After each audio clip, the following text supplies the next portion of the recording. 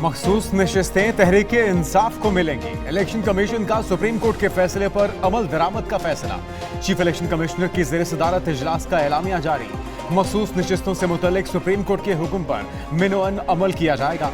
अदालती फैसले में रुकावट पर फौरी सुप्रीम कोर्ट से रुजू किया जाएगा। एलामिया के मुताबिक एक सियासी पार्टी की तरफ से तनकीद की मजम्मत। इलेक्शन कमीशन पर इल्जाम तराशी को इंतहाई नामुनासिब करार दे दिया। इलेक्शन कमीशन किसी किस्म के दबाव को खातिर में नहीं लाएगा, आइन और कानून के मुताबिक काम करता रहेगा।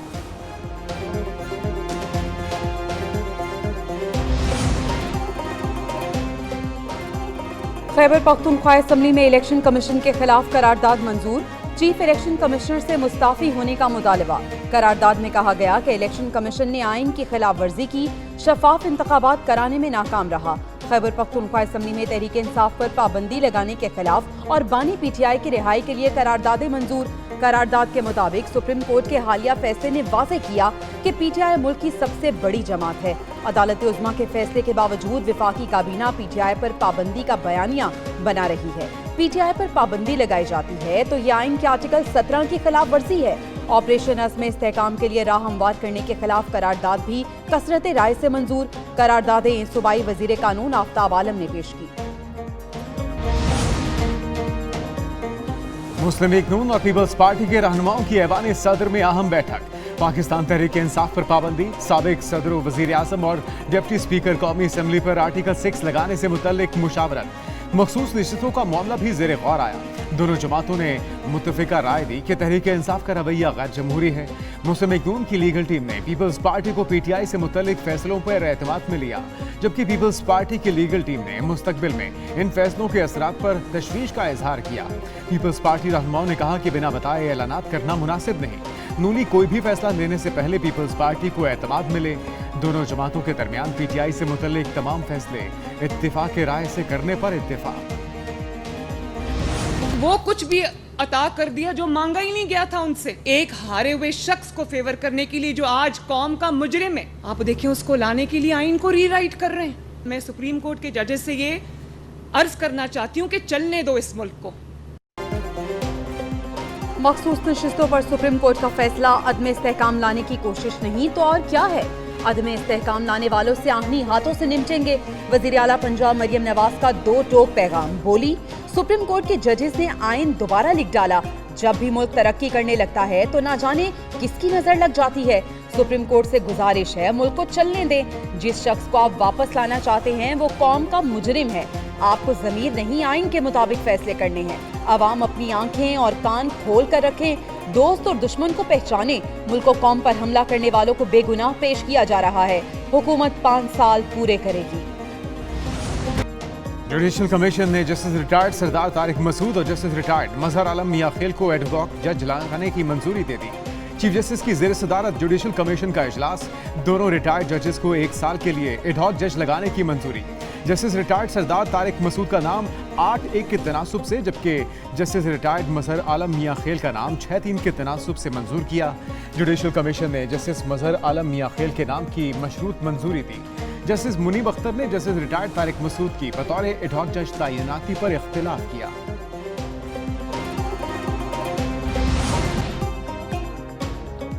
एडहॉक जजेस की तकर्रुरी की तजवीज़ मुस्तरद की जाए। पाकिस्तान तहरीक इंसाफ ने जुडिशल कमीशन को खुतूत लिख दिए। ऑपोजिशन लीडर उमर अयूब ने जुडिशल कमीशन के चेयरमैन और अरकान को खत भेजा। शिबली फराज ने कहा, तजवीज़ उसी दिन आई जब हमारे हक में फैसला आया। तासुर नहीं जाना चाहिए कि एक जमात के खिलाफ राय बैलेंस हो रही है। एडहॉक जजेस की तकर्रुरी आने वाले चीफ जस्टिस पर छोड़ने का मुतालबा।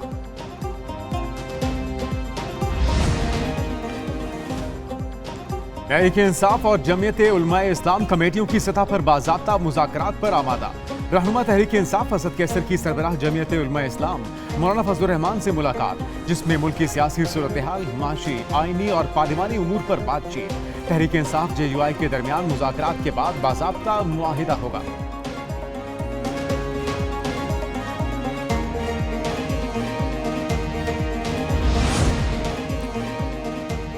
रोशाखाना रेफरेंस 2 नैब का बानी पीटीआई और बुशरा बीबी से तफ्तीश का 5वां मरहला मुकम्मल। तफ्तीशी टीम की मुल्जिमान से अडियाला जेल में तकरीबन 45 मिनट तक पूछगछ। बानी और बुशरा बीबी से तोहफे में मिलने वाली ज्वेलरी सेट से मुतल्लिक मजीद सवालात। नाब ने मुल्जिमान का एहतसाब अदालत से 8 रोज का जिस्मानी रिमांड हासिल कर रखा है।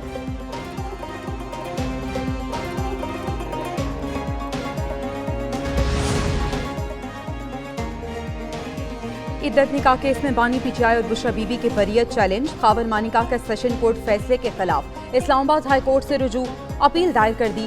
दरख्वास्त में 13 जुलाई का फैसला कलअदम करार देने की इस्तदा। सेशन कोर्ट ने 13 जुलाई को बानी पीटीआई और बुशरा बीबी को इद्दत निकाह केस में बरी किया था।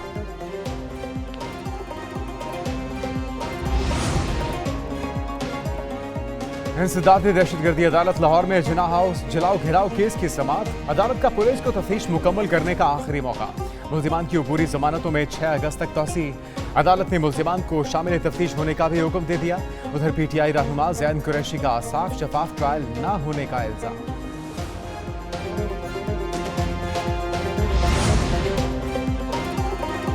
सीमेंट डीलर्स की विदहोल्डिंग टैक्स के खिलाफ हड़ताल 7वें रोज भी जारी। सप्लाई बंद होने से सीमेंट डीलर्स के पास स्टॉक में कमी।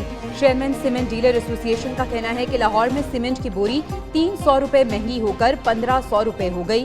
सरिया, रेत, बजरी और ईंटें भी महंगी हो चुकी। कंस्ट्रक्शन मटीरियल पर टैक्सेस फौरी खत्म करने का मुतालबा।